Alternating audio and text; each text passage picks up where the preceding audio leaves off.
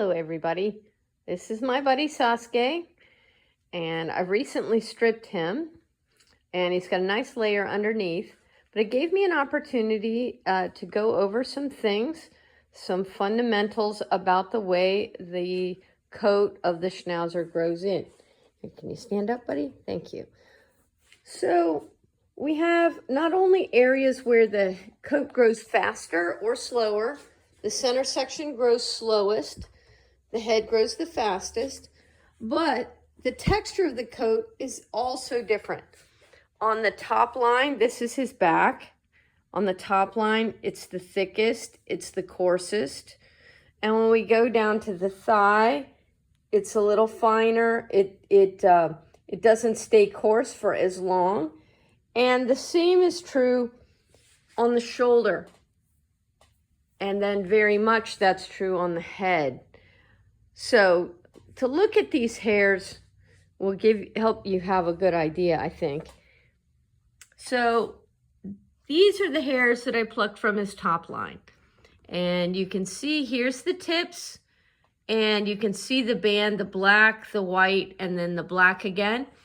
And these hairs, in fact, are so thick that down here at the bottom, if you look carefully, you can see the follicle, and that's part of how you know that that was pulled properly. Now, it's pretty easy to pull the top coat on the top line without breaking it, because these shafts of hair are quite thick and strong on a good hard coat. Now, looking at the thigh, we can see that not as much of it is as hard. The banded area, the black-white, before the final black band, that's the thickest. So this is not nearly as thick as we saw here on the top line.